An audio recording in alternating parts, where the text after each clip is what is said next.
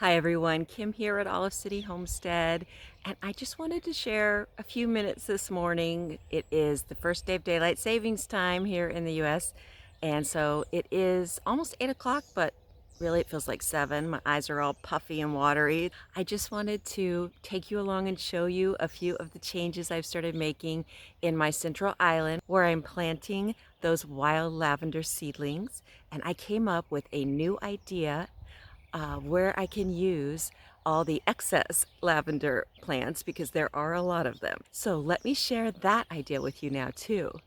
Also, maybe just a little discussion, and I do mean little because I only have a few minutes here, but about permaculture and fruit tree guild design, because I don't know that I've ever really talked about that on my channel, but yet that is what my plans are here. And I focus mostly on my backyard part of the property with my vegetable gardens and on my orchard with the fruit trees, but I really should have started my guilds early on.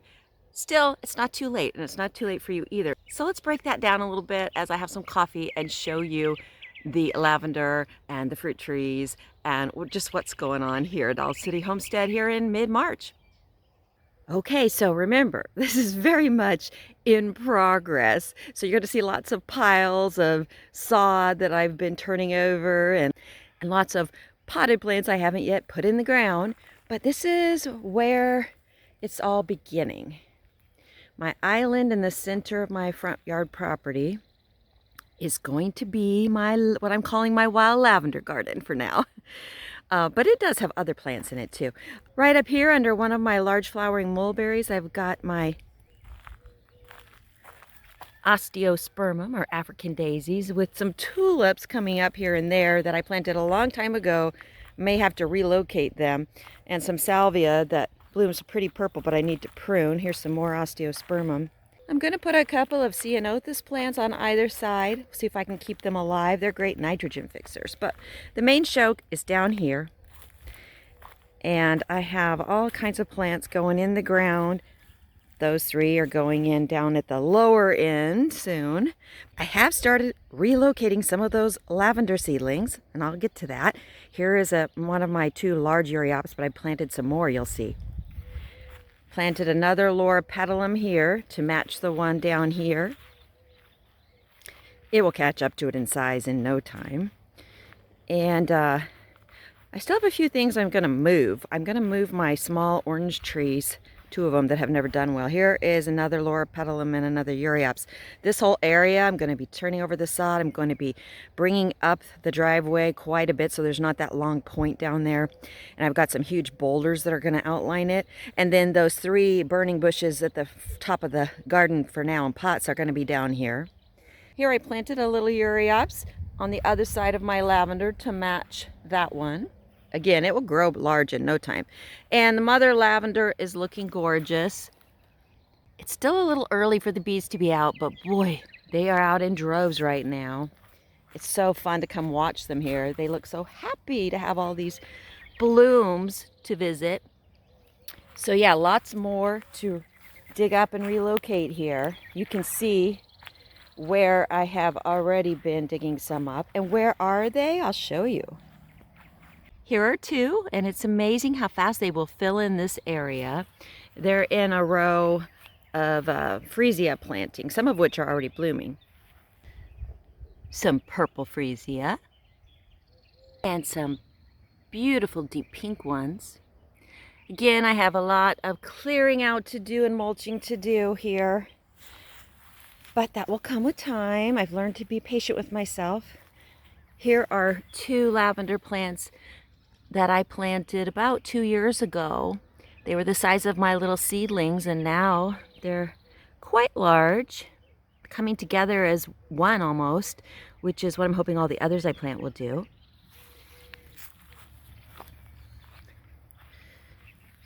Here's another singleton I planted under one of my trees. Remember those trees I pruned back? They're really leafing out now. And they're doing it exactly as I hoped they would. I think that it's going to be perfect. See how pruning them way down has forced new branches coming out horizontally lowered down, which is what I'm going for. And another new bush, which matches one I've got up top. I actually planted a third one too. Yep, here it is. So you see, gradually you can come up with your larger garden. You can see I've cleared a little space there in front of that tree, and I'm going to be planting some bulbs there this week.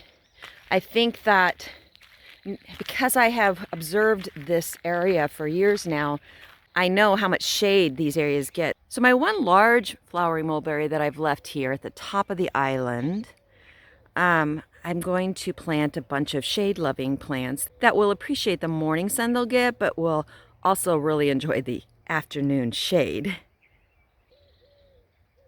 So long ways to go, but I am starting to make some progress. And where else am I going to plant some of those lavender seedlings? Well, I'm still going to plant a ton more in the island here, obviously.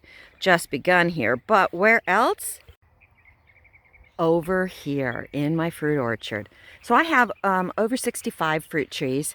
They're not all right here. Probably 3/4 of them are spread out throughout here. Fruit and nut, mostly fruit, but some nuts. And I am going to now incorporate guilds. So what are guilds? Well, let me explain a little bit. A guild is basically a very efficient use of your space in your fruit orchard, and it increases your harvest greatly too. And what it is it uses the fruit tree as its central element, and then it underplants around it or between two fruit trees. So that's what I'm going to be doing here. I'm going to be planting a lot of other plants in between and around these fruit trees. And what kind of plants will I be planting? What is the whole point of, well, fruit tree guilds? Well, the purposes of a guild are many. The plants you plant under and around these fruit trees can be pollinator attractors, they can be pest repellents, they can be medicinal or edible, of course beautiful. They can act as mulch, suppressing grass and weeds. Also, they can be nitrogen fixers that are building the soil and enriching it, helping your fruit trees in that way. So what are some of the plants I'm going to be planting? Well, definitely lavender. I have plenty of that available for free. And I've already seen in the plants I've transplanted here in the middle island area that they're doing quite well in this spring weather. Even though they're in bloom, they don't lose their bloom. They just stay beautiful as I transplant them. So I'm going to be putting a bunch of those over there because they are fabulous pollinator attractors. So it should definitely increase the pollination on my trees. But also things like walking onions and garlic chives, oregano. All of those are things that will repel the pests because of their strong scents, and also are all edible. A borage, great nitrogen fixer. It's edible, beautiful little blue flowers, and fabulous for your soil and for attracting bees. Artichokes. Oh, I have a lot of artichoke pups, and I'm going to start more from seed right now. And those are great for mulch, for chop and drop, and also for insulating under your trees if you live in intense heat like I do. And yarrow. Yarrow is great in so many ways, so beautiful, but also great tea and also great pollinator attractor. So, you know, there's just no end of things I could plant under here.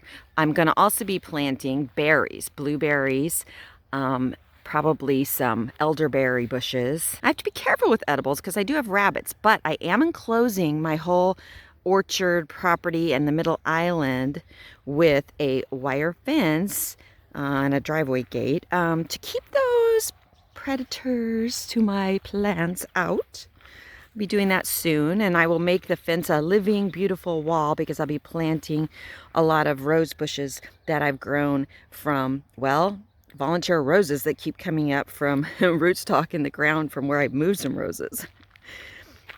Of course, I'll also plant other things along the fence line. I haven't yet decided on all of that, but I'm always full of ideas. Ideas are never a problem. And, you know, I don't let time be a problem either. I've learned to take things gradually because it will get done if you really want it to, and if you just little by little, step by step, work towards your goals. Now, permaculture, It's a word that gets thrown around a lot, kind of like homestead and perennial food forest and things like that. But permaculture is really just a philosophy, a design philosophy, and it's kind of based on following what nature does and duplicating that as best we can, and creating diverse, sustainable environments for our plants. Not just sustainable, but also that are friendly to the environment, that give back to the earth and build it up again. That is what I'm trying to do here, and I'm really enjoying the process. So thanks for joining me today. I really do enjoy sharing all of this with you. I feel like you guys are my friends, like we're a real community. Some of you have contacted me privately, but I sure would love to have more common interaction on the videos. I would love to get your input and hear what you're doing at your place. Even if you just have an apartment, like one of my daughters trying to grow cherry tomatoes and flowers on her balcony, I'd love to hear about that.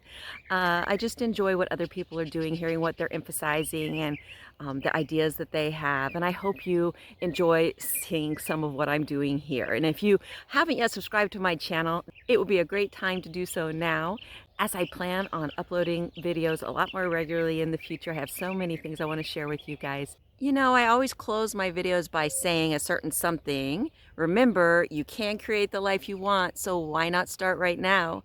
And I know that might sound a little cliche, but I really mean it. You can create the life you want. You can. So why not start the process gradually, but ever so surely right now? See you next time, folks.